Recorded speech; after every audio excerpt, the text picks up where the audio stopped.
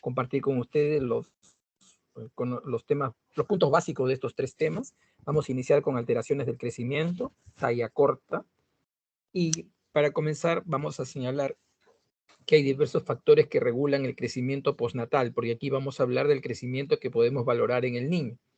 Y aquí básicamente estructurarle un sistema regido por el cerebro y la hipófisis en relación directa con la producción de otras proteínas y citoquinas que tienen actividad sobre el crecimiento.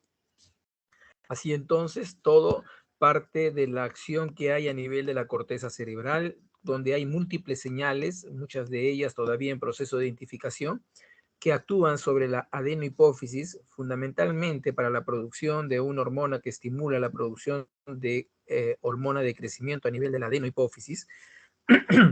La hormona justamente más relacionada con el crecimiento postnatal, especialmente a partir del año, pero que por lo general es muy acusada de su deficiencia cuando muchas veces las acciones intrínsecas son las que impiden su actuar. O sea, quiere decir no una deficiencia relativa ni absoluta, sino una intervención sobre la producción de esta hormona o sobre su eje de acción. Entonces, por ejemplo, para que la hormona de crecimiento pueda actuar sobre el hígado para la producción de somatomedina C o IGF-1, se necesita tener una buena nutrición, una producción de insulina adecuada, un buen estado de participación de las hormonas de la adenohipófisis, especialmente aquellas que actúan sobre la glándula tiroidea, una buena producción de hormonas tiroideas. Y luego están los péptidos similares a la hormona de crecimiento, una serie de factores de crecimiento que también están ligados en la estimulación para la acción de la hormona de crecimiento sobre el hígado para la producción de IGF-1. Aquí es donde existe una primera limitación que puede estar dado por un estado de malnutrición, donde hay una carencia de proteínas suficientes como para favorecer la producción de esta sustancia. La participación, por ejemplo, de esteroides de uso crónico, como por ejemplo los glucocorticoides, que también pueden bloquear esta acción. Y finalmente, enfermedades sistémicas, donde procesos inflamatorios persistentes también limitan la acción del hígado, del hepatocito para la producción de IGF-1. Y luego esta acción de este IGF-1 tiene una acción directa sobre el cartílago de crecimiento y tiene acciones indirectas también a través del riñón. Entonces también alteraciones a nivel renal pueden frenar ya no necesariamente la producción, sino la acción de la IGF-1 sobre el cartílago de crecimiento. Sobre este cartílago de crecimiento en etapas especialmente como la pubertad, también por supuesto participan los esteroides sexuales, los andrógenos en los varones y los estrógenos en las mujeres.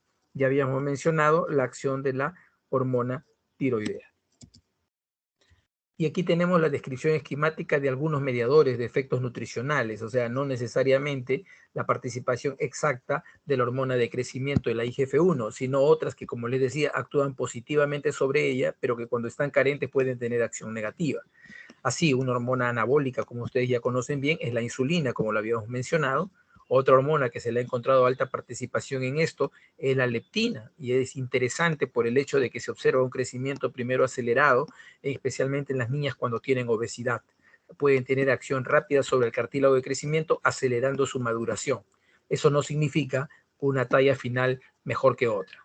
Y como factor negativo al factor de crecimiento de fibroblastos 21, que más bien producida negativamente en estados de malnutrición, puede limitar la acción sobre el cartílago de crecimiento.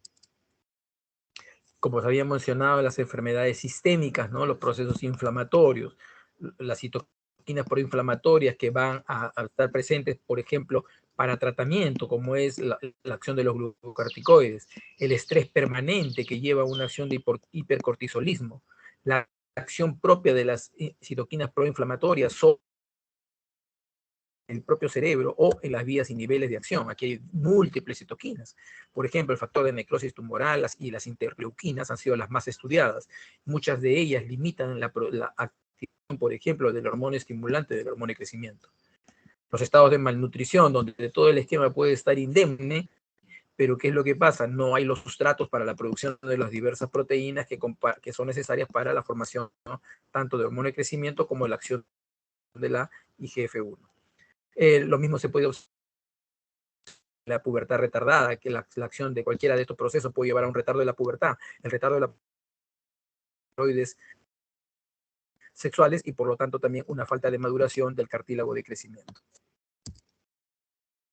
Aquí tenemos el eje del hipotálamo ya a través de la producción de GH que hemos venido señalando y la acción final sobre el cartílago de crecimiento. Digamos que esta es la más estudiada de todas las vías y es generalmente a la que más se le culpa como responsable de un inadecuado crecimiento, siendo más bien la acción más rara. Los más frecuentes son los pasos intermedios que pueden estar limitados por muchos de los procesos que hemos señalado en las dos diapositivas anteriores. Cuando hacemos una evaluación de la fisiología del crecimiento y la participación de hormonas y factores que regulan el crecimiento, los dos más importantes son tanto la acción de la hormona de crecimiento como de las hormonas tiroideas. Y en orden de frecuencia en los niños más pequeños antes del año, principalmente las hormonas tiroideas. Después del año, las hormonas de crecimiento. Pero pueden estar sumadas las dos. Pero no dejen de ver a los otros participantes que ya hemos señalado. Hay una valoración clínica para hablar de crecimiento, porque aquí hay que hacer una diferenciación entre talla corta y retardo del crecimiento. Talla corta y retardo del crecimiento no son sinónimos. Pueden coincidir, pero no son sinónimos. Por ejemplo, si yo tomo como referencia que esto fuera un tercer percentil, en el ejemplo que estoy señalando, estos dos casos que están aquí, los dos pueden considerarse talla corta si las menos 2 desviaciones estándar fuera acá. Estos dos niños tienen talla corta, pero no tienen los dos retardo del crecimiento. Retardo del crecimiento son los que están en los óvalos de color plomo, mientras que las de color azulado son las que no tienen retardo del crecimiento. Puede ser, por ejemplo, el crecimiento de un recién nacido pretérmino, o puede ser la curva de un retardo del crecimiento intrauterino, mientras que esta de acá es la curva de un niño con desaceleración. Entonces, los dos pueden coincidir con talla corta, pero retardo de crecimiento solo es aquel que viene disminuyendo su velocidad de crecimiento. Aquí tenemos una valoración que se llama canal de crecimiento. ¿Cómo se lo mide? Se lo mide en un periodo de tiempo, se expresa en centímetros de año. Se dice que por lo general, a partir de los 2 años, el tiempo de observación ideal debería ser 6 meses. Antes de ellos pudiera ser 4 o 3 meses, dependiendo a menor sea la edad. Y la curva de crecimiento es esta, que lo que les muestra es que la curva de crecimiento siempre es descendente en la vida postnatal, haciéndose positiva solo durante la pubertad. Recuerden eso, la velocidad de crecimiento se hace positiva solo durante la pubertad. Esto es otro dato importante que nos ayuda a hacer un cálculo clínico de la talla que esperamos de los hijos a partir de sus padres. Esta es una regla muy sencilla de aplicar, es una suma y una división muy sencilla, y nos da una talla, lo que llamamos nosotros la talla blanco o talla esperada, que suele tener hacia arriba y hacia abajo de más o menos 12.5 centímetros. ¿Y eso por qué? Porque es más o menos el punto medio entre 1 y 2 desviaciones estándar. Pero recordar que los padres pudieran haber tenido un mal potencial de crecimiento debido a un estado nutricional malo y por lo tanto sus tallas pudieran no la talla genética de esos padres y pudieran ser un sesgo, especialmente en poblaciones como la nuestra, donde ha habido una historia de desnutrición crónica alta en las generaciones previas. ¿Qué hacemos entonces cuando tenemos velocidad de crecimiento normal? Cuando tenemos una velocidad de crecimiento normal, a pesar de que tengamos talla corta, recuerden, vamos a decir, talla corta, 2 desviaciones estándar. Perfecto, está por desviaciones estándar en su estatura, entonces es talla. Pero tiene una velocidad de crecimiento normal, lo que acabo de hacerles en el... Entonces aquí lo que tenemos son dos variantes, talla corta familiar o retardo constitucional del crecimiento.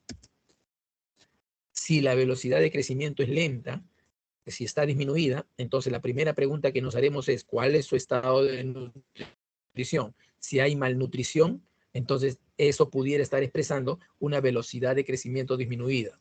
Buscaremos en la historia clínica la presencia de una enfermedad crónica. También buscar la presencia crónica de corticosteroides.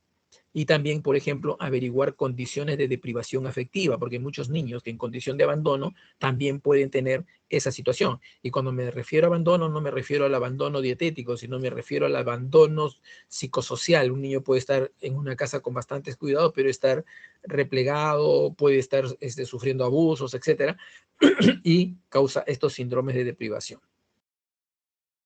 Y después están las enfermedades endocrinas. Y eso se lo pongo acá porque muchas veces piensan que de talla corta la primera causa es endocrinológica. No, la primera causa de talla corta es no endocrina. Y la última de las causas suele ser la causa genética. Aquí está la definición de talla corta. Aquí pueden ver la curva de Gauss y pueden ver ustedes, entonces, menos de 2 desviaciones estándar, lo vamos a considerar talla corta. O también individuos con talla discordante, donde la talla objetivo genética es más alta, pero hay una diferencia significativa. ¿Qué quiere decir? Lo que se esperaría por sus padres es que tenga una talla que vaya, por ejemplo, en 0 desviación estándar, lo tienen en menos 1.5. O sus padres esperaría, perdón, más 0.5 y ustedes lo tienen en menos 1.5. Entonces hay una 2 desviaciones estándar de diferencia. Eso también debes hacerle plantear como talla discordante, que es una forma de pensar en desaceleración del crecimiento. Para cuando hablamos de enanos, la característica antropométrica quiere decir que la talla, la estatura o la talla esté menos de 3 desviaciones estándar. Entonces, en todo niño o niña evaluado que tenga menos de 3 desviaciones estándar, el diagnóstico es enanismo, y en el 99% de los casos tiene una patología. Esto es para que vean que la deficiencia de hormona de crecimiento es bastante rara, una incidencia de 1 en 6.000 hasta 1 en 30.000 recién nacidos vivos. Pueden ser idiopáticas o orgánicas, generalmente se presentan o se evidencian luego del año de vida, suelen tener nanismo y una velocidad de crecimiento francamente disminuida. ¿Cómo evaluamos la talla baja o la talla corta?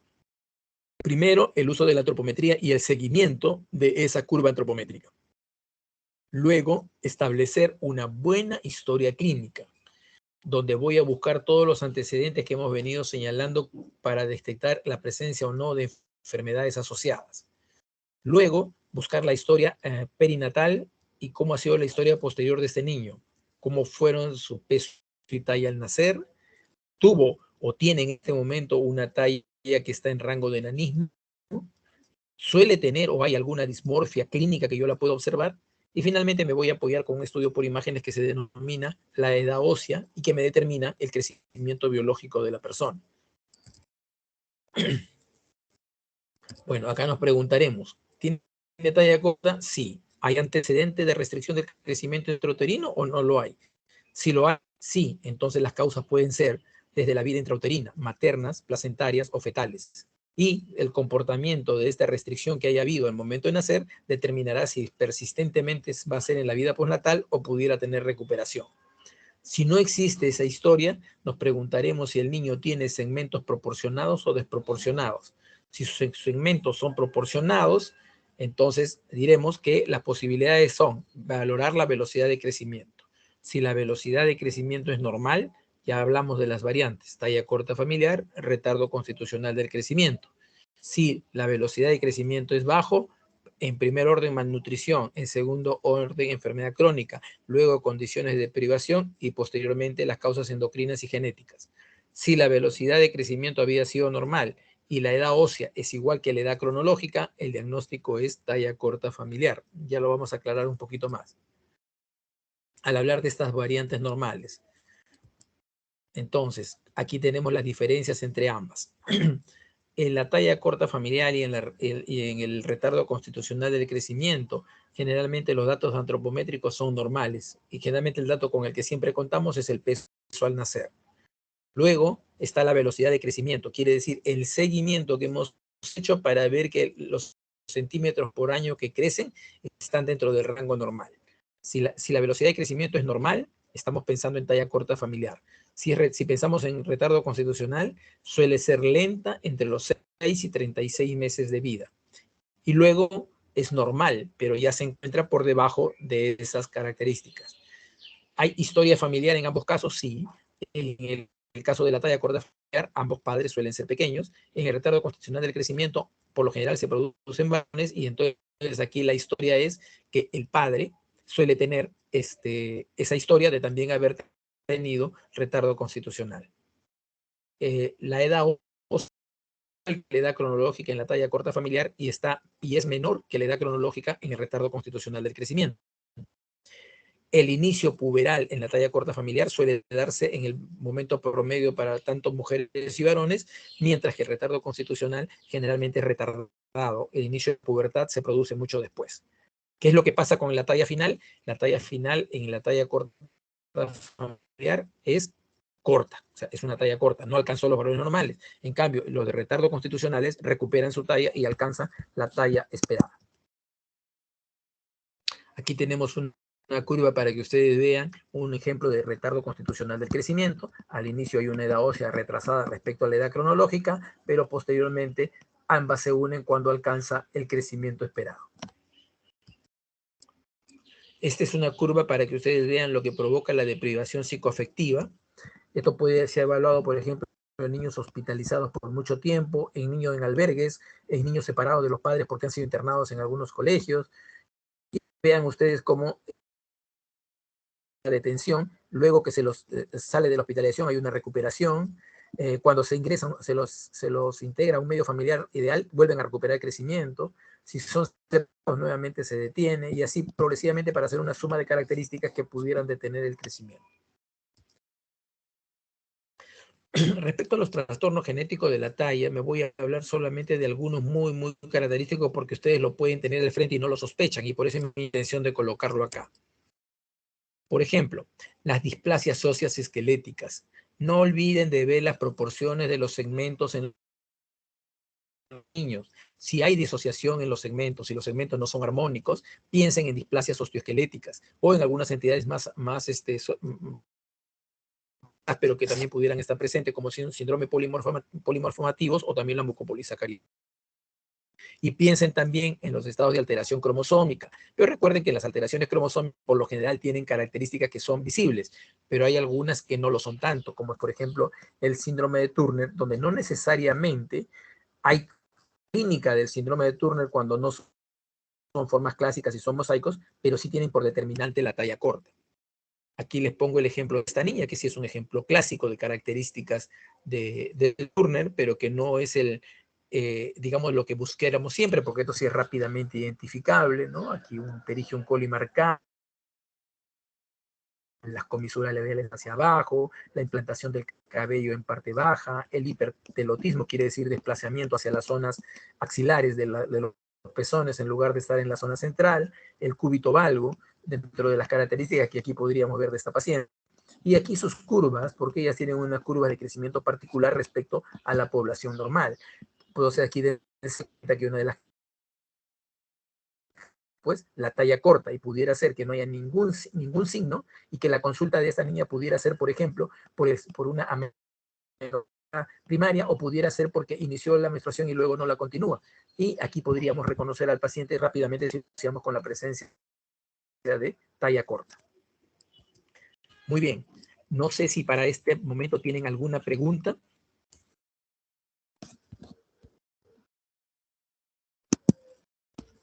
¿Alguna pregunta sobre este tema antes de pasar al otro?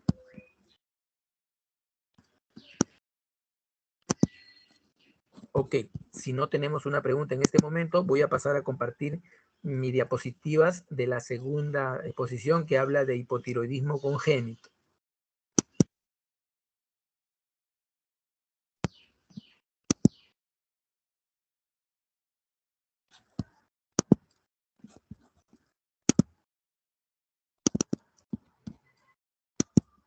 Por favor, confírmenme también si ya lo están viendo.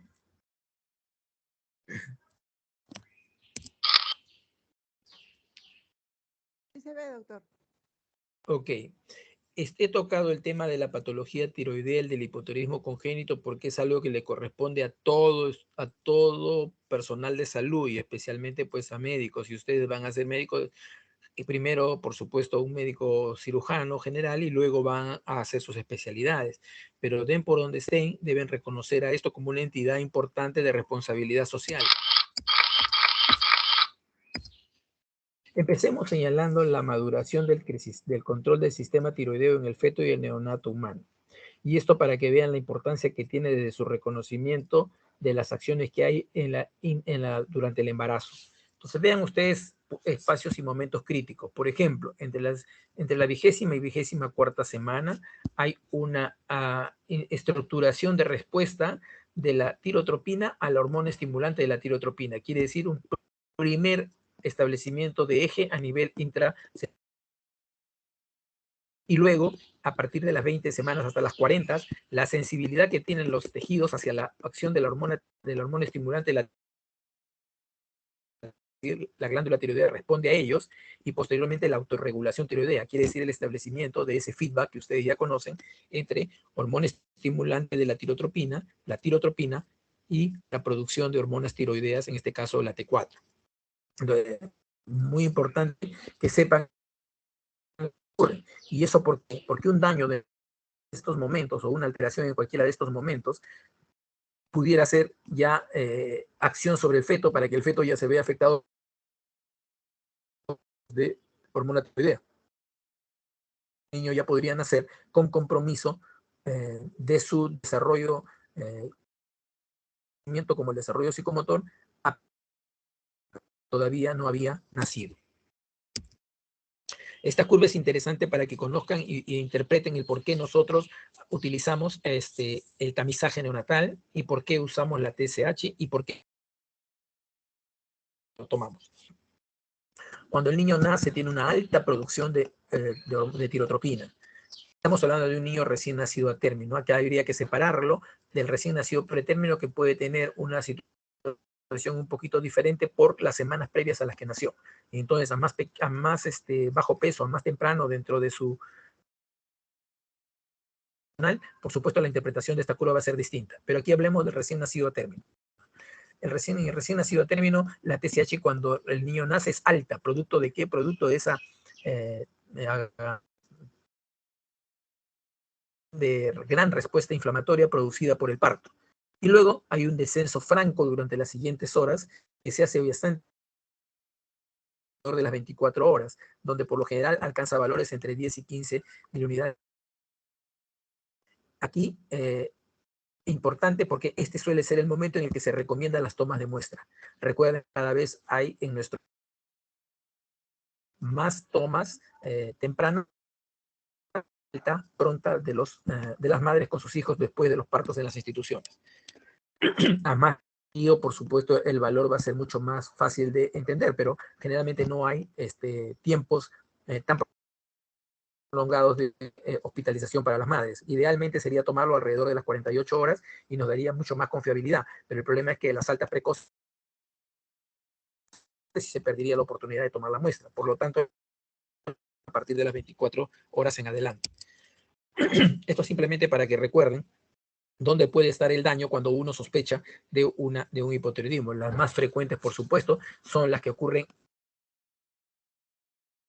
per se, y esa se llama el hipotiroidismo, siendo mucho más raro aquellas que ocurren en el tallo o aquellas que ocurren a nivel hipotalámico, que son denominadas hipotiroidismo central.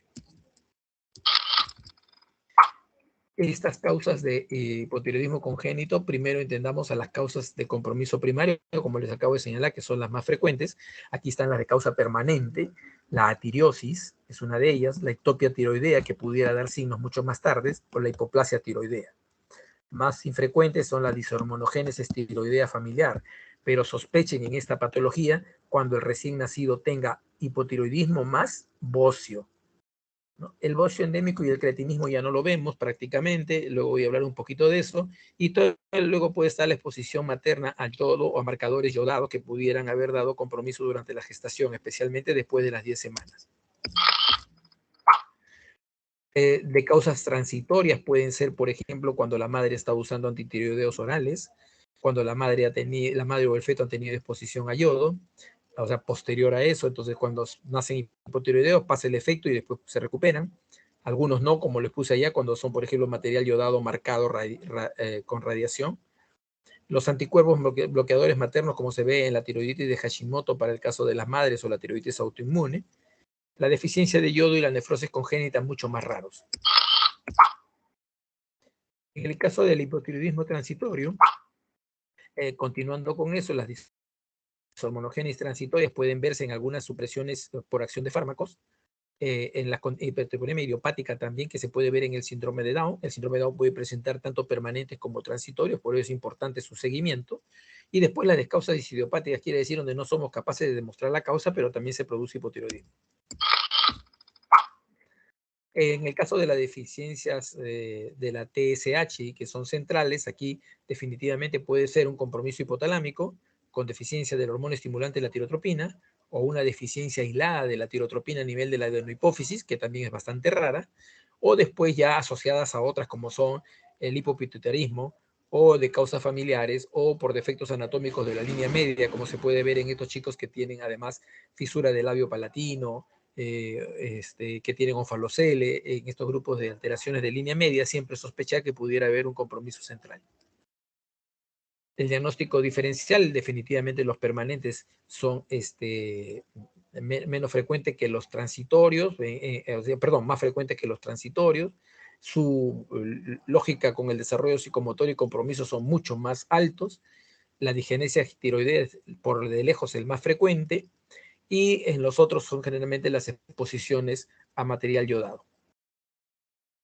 Esta es la resolución ministerial en la cual se decretó que era de obligatoriedad la evaluación del tamizaje neonatal para los recién nacidos, y dentro de las patologías que se ha señalado para su evaluación está el hipotiroidismo congénito, dentro de aquellas de control bioquímico, porque también están las que no son de control bioquímico, pero sí de seguimiento, como el hipoacusia y la catarata congénita.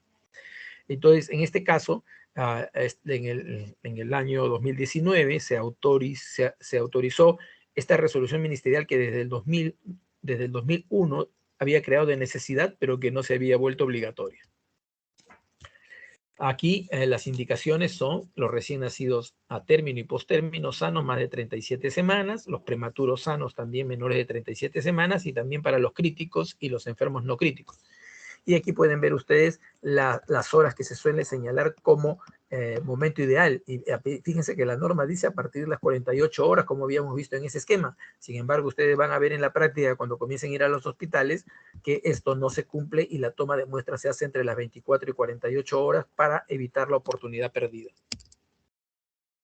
En este flujograma es un poco para que entiendan lo que debemos hacer nosotros en la detección precoz del hipotiroidismo congénito, ¿no? Entonces, la prueba se toma en el talón, ¿no? No en la parte central, sino en la parte lateral.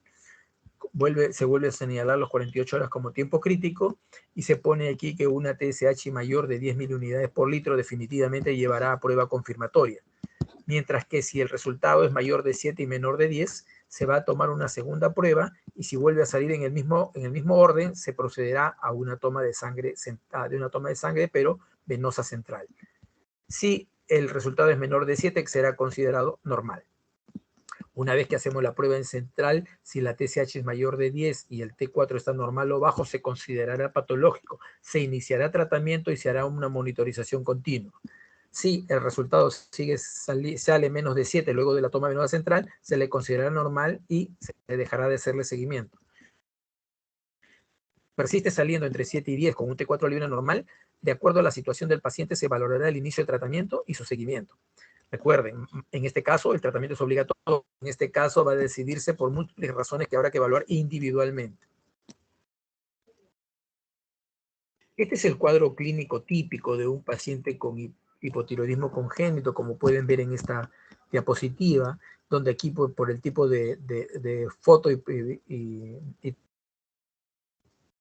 proyección a través de este medio no van a poder ver ustedes todas las características, pero sí pueden notar, por ejemplo, acá una fascia mixedematosa. No se llega a ver bien la lengua del paciente en este caso, pero sí vean cómo destaca la presencia de la hernia umbilical y la posición del niño, que es una posición hipotónica, Cuando ustedes miren a un niño, saben que el niño tiende a encogerse cuando se le desviste. En cambio, acá miren la hipotonía de este niño. Entonces, aquí hay algunas características. Y fíjense que para este paciente su velocidad de crecimiento había sido francamente negativa, ¿no? Entonces, pueden ustedes ver acá cómo este niño sí se había visto marcadamente comprometido. En cambio, este es un chico con tiroides ectópica, pero que sí llegó a funcionar. Este chico tiene 8 años de vida acá en esta foto. Su edad ósea corresponde a un niño de 2. Sin embargo, no tuvo compromiso neurológico marcado debido a que tuvo hormona tiroidea producida en esa tiroides de posición ectópica. Y este es otro niño donde sí lo tardío del tratamiento determina que no haya recuperación, y en este niño ustedes sí ya pueden ver la macroglosia, por ejemplo, que destaca acá. Si estuviera en buena resolución, aquí estaríamos viendo un tinte ictérico en este niño. Este niño estaba francamente comprometido, a pesar de iniciar el tratamiento, miren ustedes, no llega a recuperar su potencial de crecimiento, no hace un catch-up growth suficiente como para alcanzar las curvas normales y se queda en una curva francamente menor. Pero aquí, a pesar de que esto ya es perjudicial para él, lo más perjudicial es el estado de retardo de desarrollo psicomotor y probable retardo mental futuro.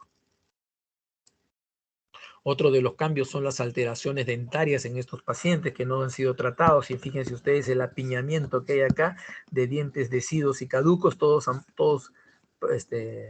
juntos y produciéndose, y aquí la presencia de ambos de ellos, ¿no? ¿Qué factores influyen en el pronóstico de este tipo de pacientes? Primero, el inicio del tratamiento. El inicio del tratamiento debe ser precoz, y precoz se denomina al segunda semana de vida. O sea, quiere decir que a los 13 días de vida ya todos deberían haber iniciado tratamiento. Lo segundo es la dosis de levotiroxina que debe iniciarse. La dosis recomendada es entre 10 y 15 microgramos por kilo de peso. Y la severidad, como le decía, si un niño ya nace con atireosis, significa que intrauterinamente ya fue perjudicado, y a pesar de que vamos a iniciar temprano, ya tendrá un compromiso del desarrollo del sistema nervioso central. Luego, la etiología del hipotiroidismo congénito, por supuesto. Los niveles que tiene de T4 al diagnóstico son marcadores también pronóstico. Se dice que a más bajo sea el nivel de T4, el pronóstico es peor. La edad ósea al diagnóstico, por ejemplo, si un niño es muy tardíamente determinado, o si a pesar de hacerlo temprano encontramos, por ejemplo, que hay un retardo de la maduración. Por ejemplo, una buena ayuda para que ustedes pudieran hacer eso es tomarle una radiografía de fémur en la zona distal, y en esa zona distal buscar el núcleo de crecimiento. Si el núcleo de crecimiento está visible, un núcleo que tiene el nombre de un autor llamado Beclar, si ese está presente, le va a decir que el compromiso es reciente. Si está ausente, les va a decir que el compromiso ya es tardío, y eso también es un factor de mal pronóstico. Finalmente, por supuesto, el estado socioeconómico, porque una mala educación pudiera hacer que la familia no entienda la importancia de la enfermedad y pudiera que, a pesar de un diagnóstico temprano, dejaran el tratamiento, causándole daño en el desarrollo del niño. El tratamiento de estas alteraciones aquí, como les había señalado, al nacer de 0 a 3 meses a 15 microgramos, de 3 a 6, de 8 a 10 y de 6 a 12, 6 a 8, lo que ha puesto la norma, pero hay que interpretarla con cuidado. Si el niño tiene entre 0 y 3 meses para su diagnóstico, la dosis inicial de 10 a 15 debe ser considerada, y a más edad tenga, debe ser la dosis menor. ¿Y por qué? Si a mayor edad tiene, la dosis debe ser la menor. O sea, ¿por qué 10 y no 15? Porque este niño ya tiene una desadaptación homeostática y metabólica. El darle dosis muy altas podría afectar su hemodinamia y pudiera llevarlo a insuficiencia cardíaca, y eso se va a dar a más edad tenga. Ahora, cuando se pone 3 a 6 y 6 a 12 ahí las dosis, no quiere decir que yo le hago el diagnóstico y en ese momento le doy. No, me está diciendo el seguimiento. Generalmente yo lo diagnostiqué por tamizaje, empecé el tratamiento y después entre 3 y 6 meses he bajado la dosis, y en 6 a 12 meses he bajado la dosis. ¿Por qué? Porque consideramos que alrededor del año todos los niños debieran estar pasando los 10 kilos, que es cuando ya vamos a usar la dosis por metro cuadrado de superficie corporal. Muy bien, hasta aquí con esta parte. Por favor, sus preguntas. ¿Hay alguna pregunta?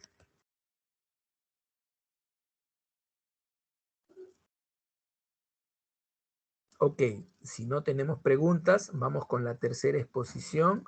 Voy a pasar a compartir mi pantalla de nuevo.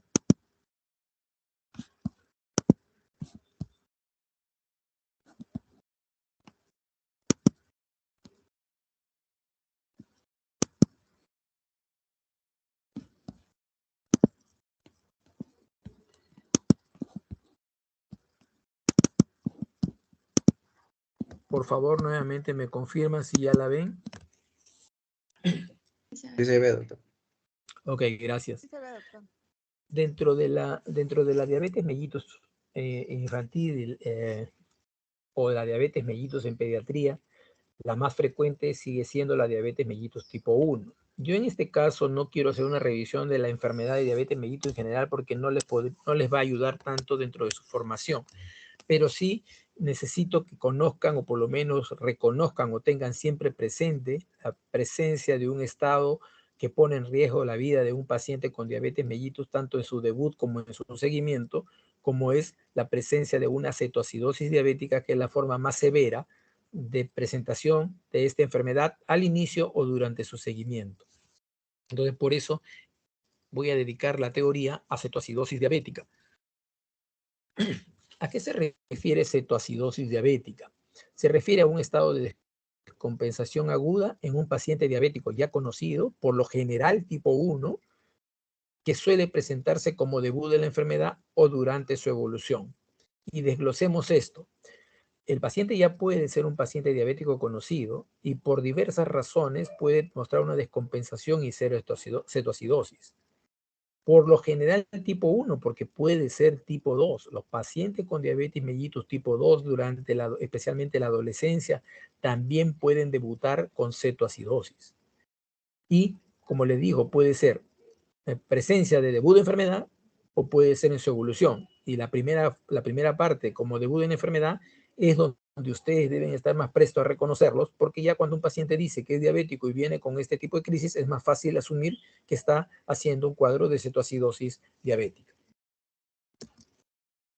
Vamos a señalar aspectos fisiopatológicos de la cetoacidosis diabética, justamente para que veamos de dónde ha venido su denominación.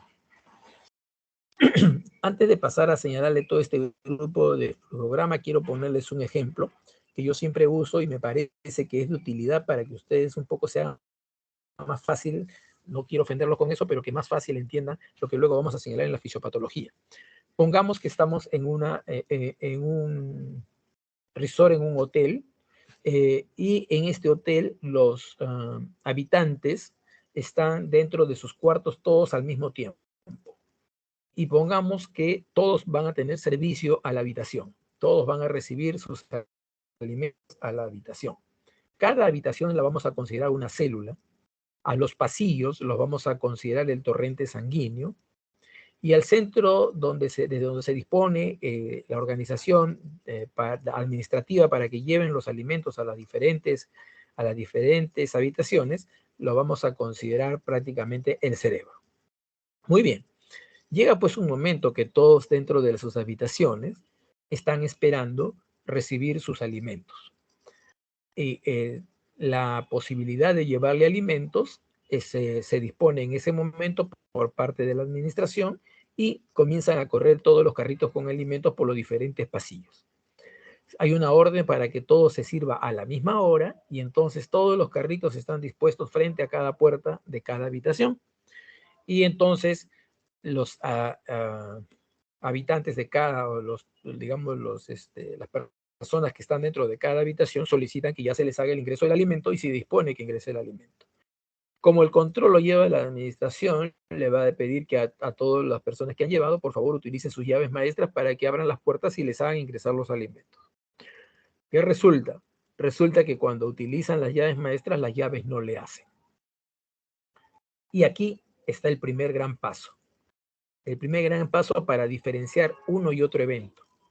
Cuando hablamos de diabetes mellitus tipo 2, el problema es que la cerradura está mal hecha o la cerradura está alterada. Cuando hablamos de diabetes tipo 1, no hay llaves. O sea, la llave se va a llamar insulina.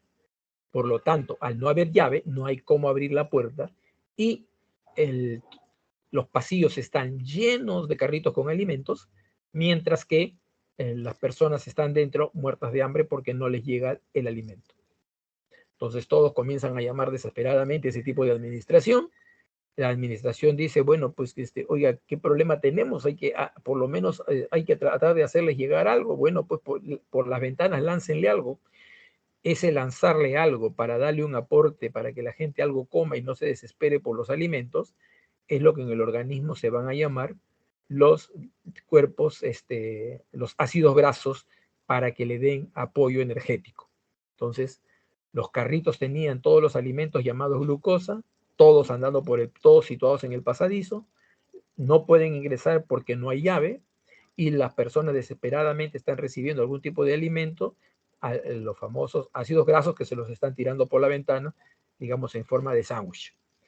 Esa situación es más o menos groseramente lo que he querido hacer una comparación de lo que estaría pasando en este caso.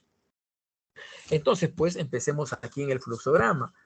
Un paciente que debuta o un paciente conocido, pongamos en un caso que debuta, que tiene una deficiencia ya absoluta de insulina para cumplir con las acciones, o de repente tenía todavía suficiente cantidad de insulina, pero este paciente además tuvo un proceso que le demandó mayor necesidad energética y entonces se volvió insuficiente, como puede ser un estado de infección.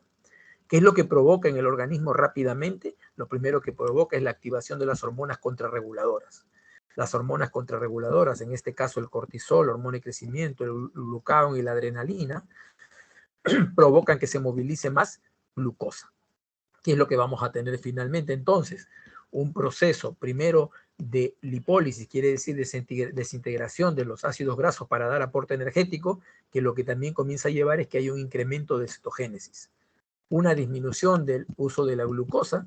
¿Por qué? Porque no hay para poderla usar y entonces ahí se entendería como una pseudoinsulinoresistencia, una proteólisis para también usar a los aminoácidos como aporte energético y dar más producción de glucógeno, o sea, aumentamos más glucosa, y la glicogenólisis a partir de los depósitos que hay también para aumentar glucosa. ¿Qué cosa va a determinar todo esto? Un estado de hiperglicemia mayor.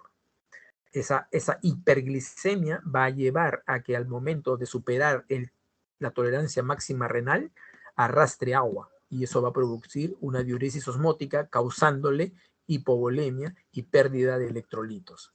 Ambas situaciones pueden llevar a un estado de hiperosmolaridad, pueden llevar a un estado de hipovolemia, y del otro lado, al haber hipovolemia, se da una mala perfusión incrementando los lactatos, que sumados a la acción que venía de los cuerpos cetónicos, incrementados por la lipólisis, lleva a un incremento de la pérdida de bicarbonato y a la vez entonces una disminución del pH, determinando acidosis. Entonces tenemos la acidosis, ¿no es cierto?, sumada a los cuerpos cetónicos, cetoacidosis, y llevada por la deficiencia de glucosa y la hiperglicemia a cetoacidosis diabética. Esto otro dato es importante también desde el punto de vista clínico para ustedes, porque cuando ustedes estén en una atención, probablemente lo que tengan para poder determinar si está habiendo cetogénesis sea la utilización de las tiras reactivas, especialmente las que se usan en orina, que son las más frecuentes para determinar la presencia o ausencia de cuerpos cetónicos. Y aquí tener cuidado porque muchas de las tiras reactivas de uso de mercado lo que miden son acetonas y no al beta-hidroxibutirazo, que es el más sensible y el más pronto de producirse. Teniendo en cuenta que las cetonas son de más tardía producción y encima de valor más ínfimo, muchas veces demoran en hacerse positivas y por lo tanto podríamos confundir la ausencia su ausencia en estas tiras como la no presencia de cetosis, cuando sí lo hay clínica y bioquímicamente si la determináramos en sangre. Muy bien. Ahora vayamos a los criterios diagnósticos y primero valorémonos dentro de la parte de lo que es la historia clínica. Primero, la presentación inicial. De mayor riesgo es en niños de menores de 2 años, pero la presentación inicial más frecuente es a nivel de la zona del momento peripuberal.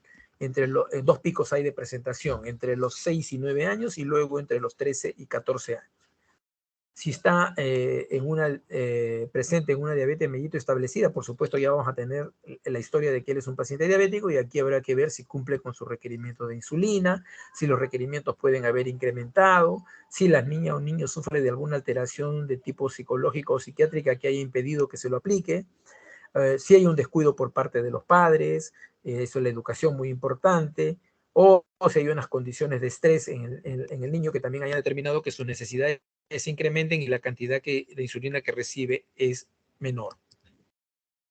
Lo otro, para sospechar hiperglicemia, no se olviden, poliuria, polidipsia, determinar por ese estado de diuresis osmótica y pérdida de peso. No es clínicamente la polifagia presente en estos niños. Tal vez más antes puede decir que un tiempo anterior estuvo un poco con meloncito, pero en las últimas partes, cuando le va a contar enfermedad, lo más seguro es que no le refieran polifagia como le refieren en el adulto. Segundo, estado de fatiga, hipoactividad. La enuresis nocturna, especialmente en los niños pequeños. Los niños más pequeños puede haber estas evidencias de que los niños mojan la cama. Dato interesante para que lo tengamos presente. Y en niñas, la presencia de moniliasis o candidiasis vaginal, importante a tenerlo en cuenta. Signos clínicos de acidosis, dolor abdominal. Muchos niños llegan a la emergencia primero por dolor abdominal. Dicen, no señora, no tiene nada, esto no es quirúrgico, vaya, dele su Agasobed y lo botan de la emergencia. Y regresa horas después ya con los signos clásicos de deshidratación.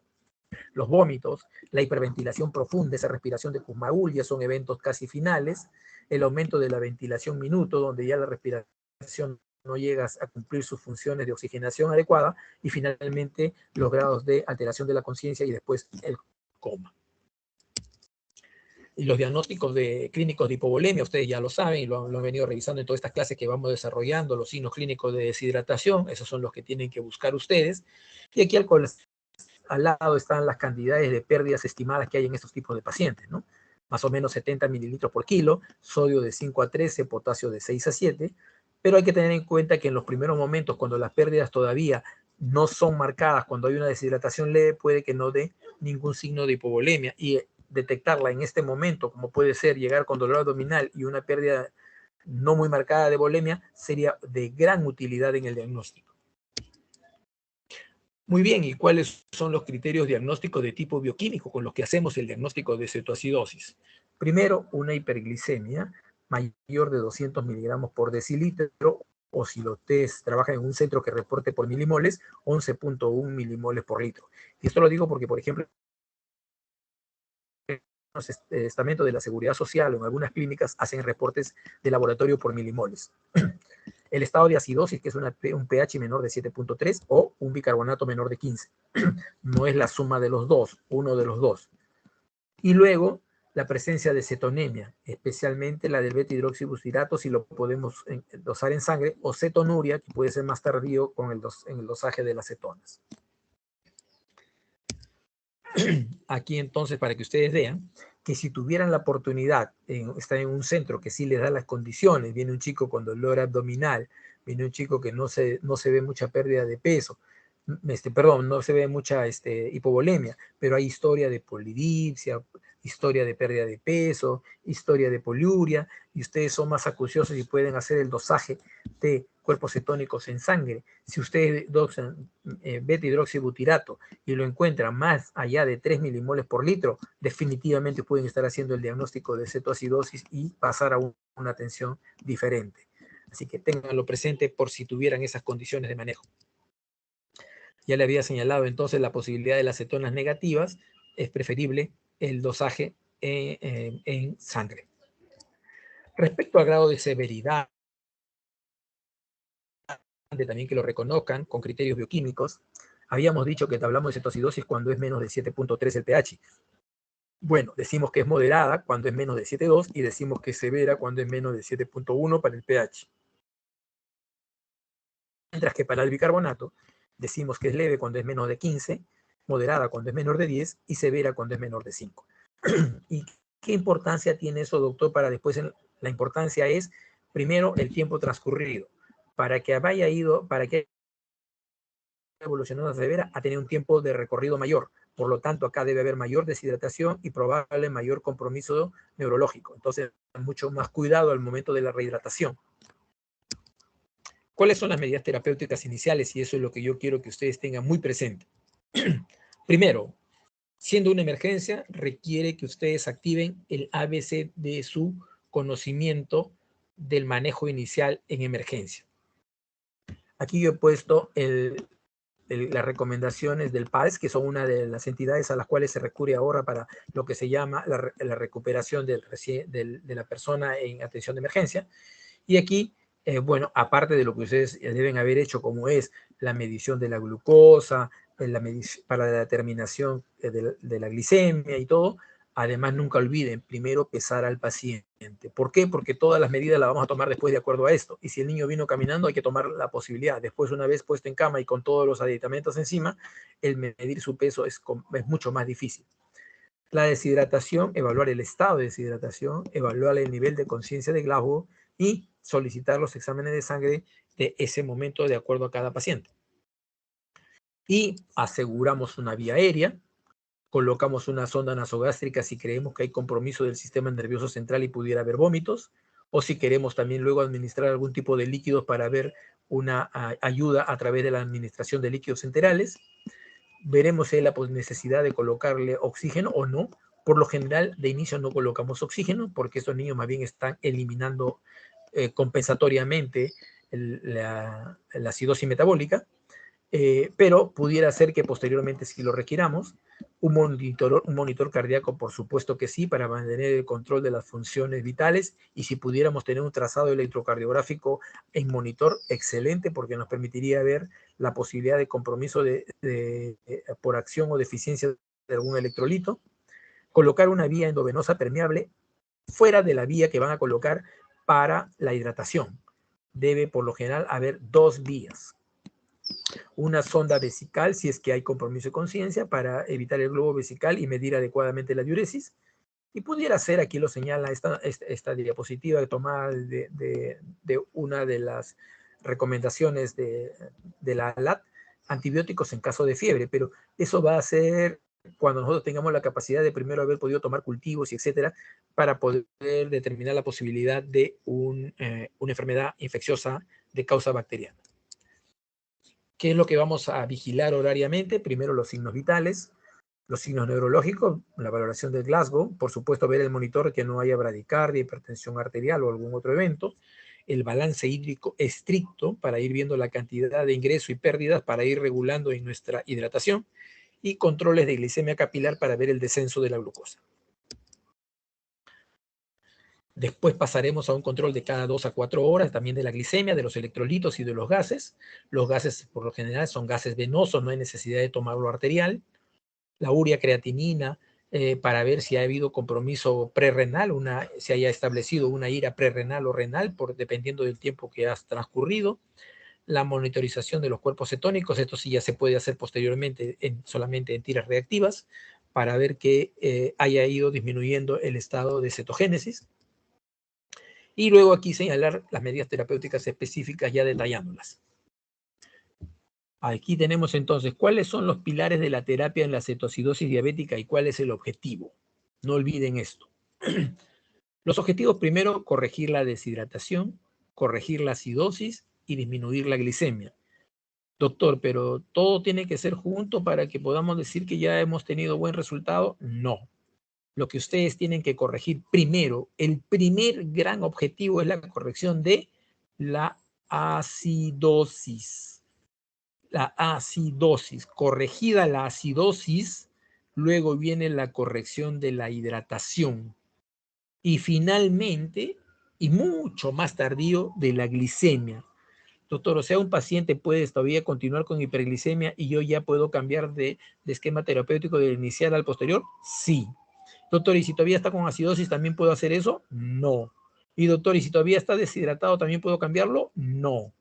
Primero corregida la acidosis, luego corregida la hidratación, y como mantenimiento sí ya puedo cambiar el esquema de tratamiento que vamos a hablar, que es este esquema de tratamiento inicial.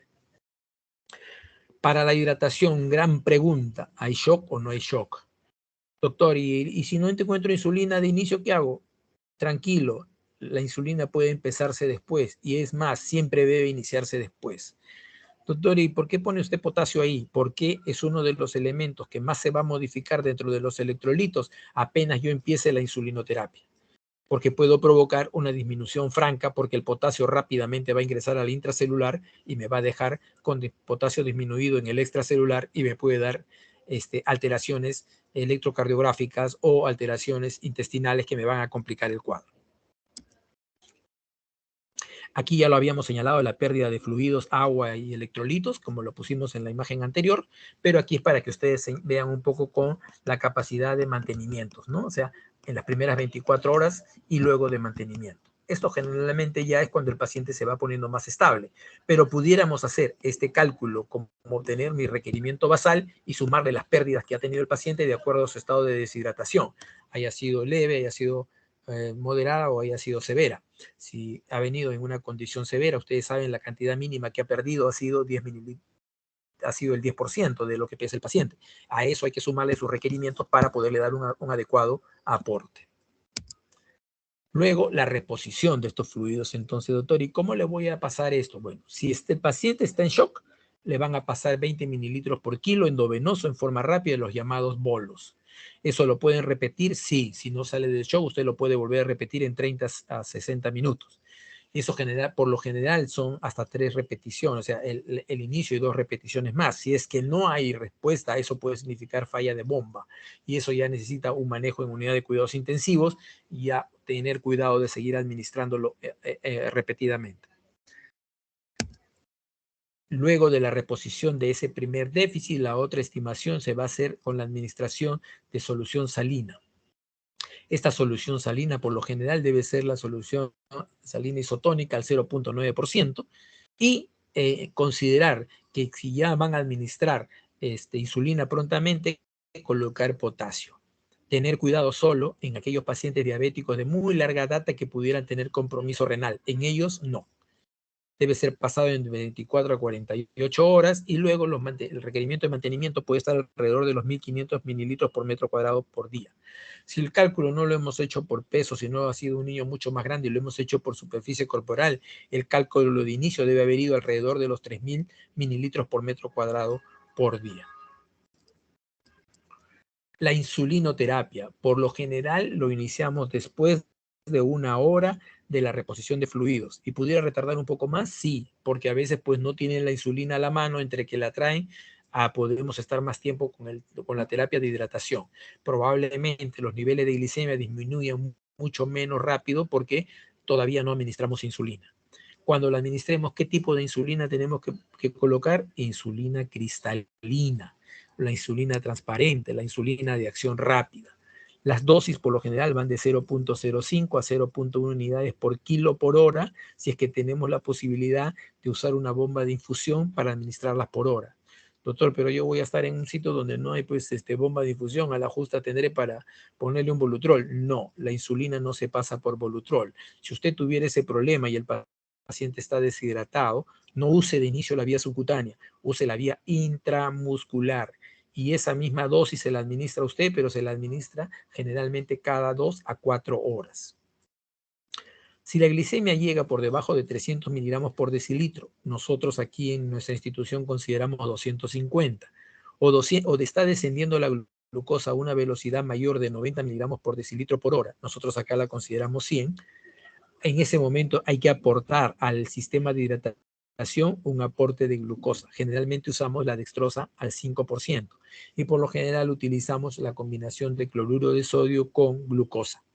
El 50%, o sea, en el preparado es cloruro de sodio y el otro 50% en el preparado es dextrosa al 5%.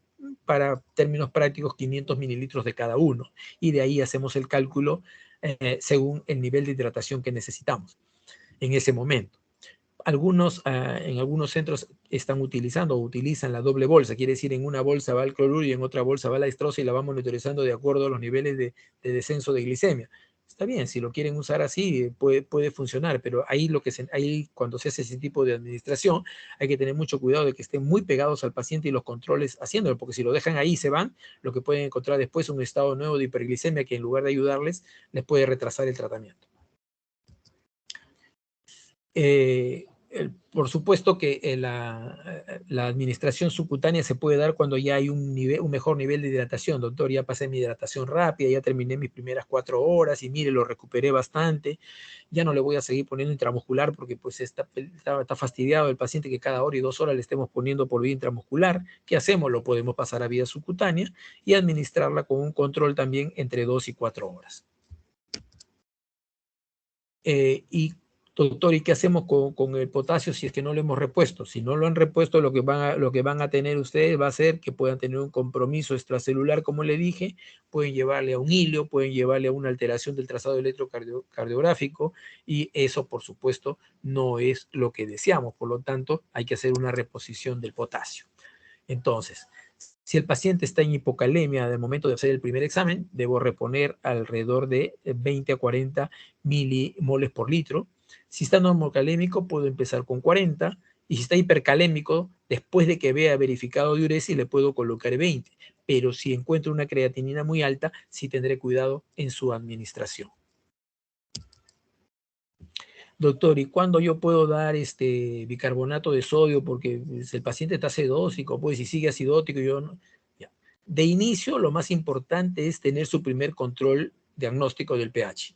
Si el pH ha sido menor de 7 severo, pasa usted su etapa de hidratación, comienza la insulinoterapia y usted a las 2 horas o 3 horas evalúa el pH y lo encuentra que no ha mejorado nada y persiste en 6.9, puede ser ahí en ese momento importante la administración de bicarbonato. ¿Por qué? Porque vamos a facilitar los estados de hipercalemia y tampoco lo deseamos.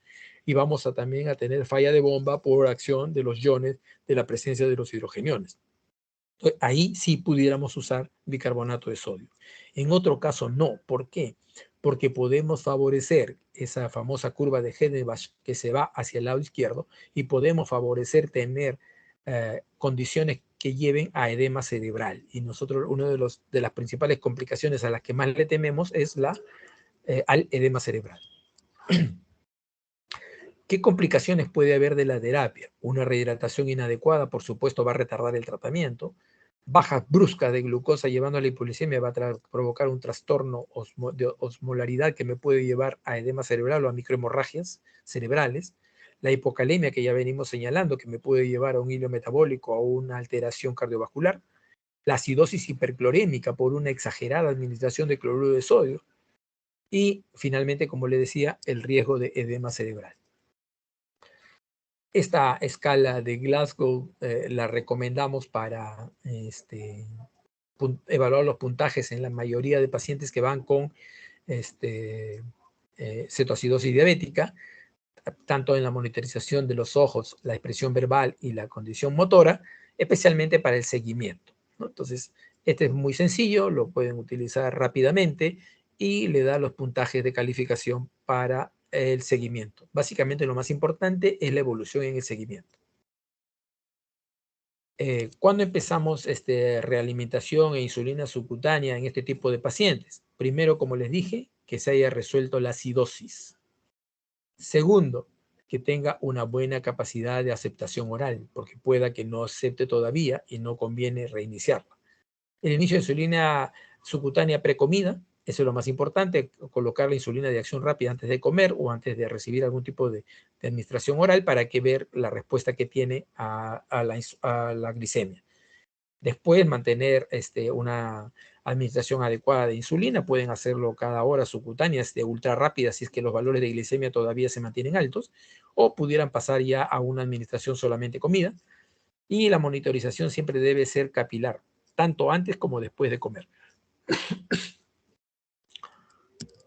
Y para terminar, aquí este resumen del monitoreo del paciente, para que ustedes que están viendo a este tipo de pacientes y han hecho su tratamiento, deban ustedes tener en cuenta.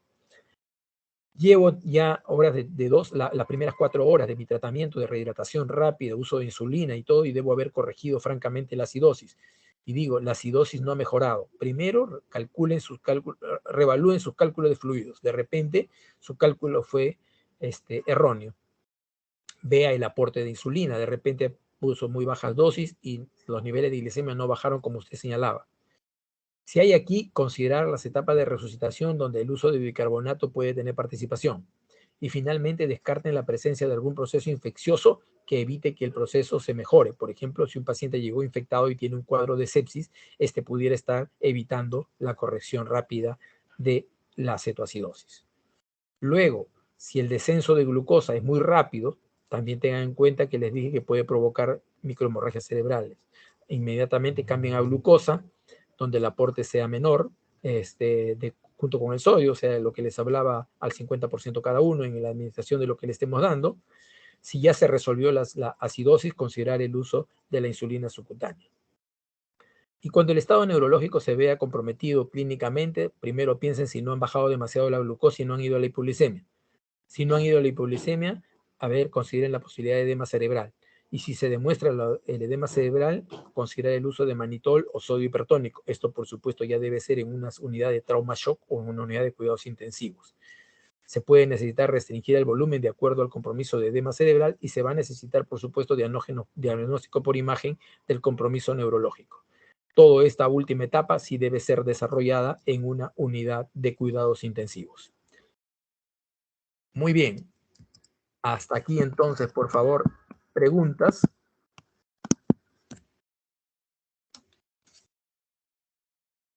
¿Alguna pregunta sobre este último tema o sobre los dos anteriores? Si alguien por ahí le nació la duda.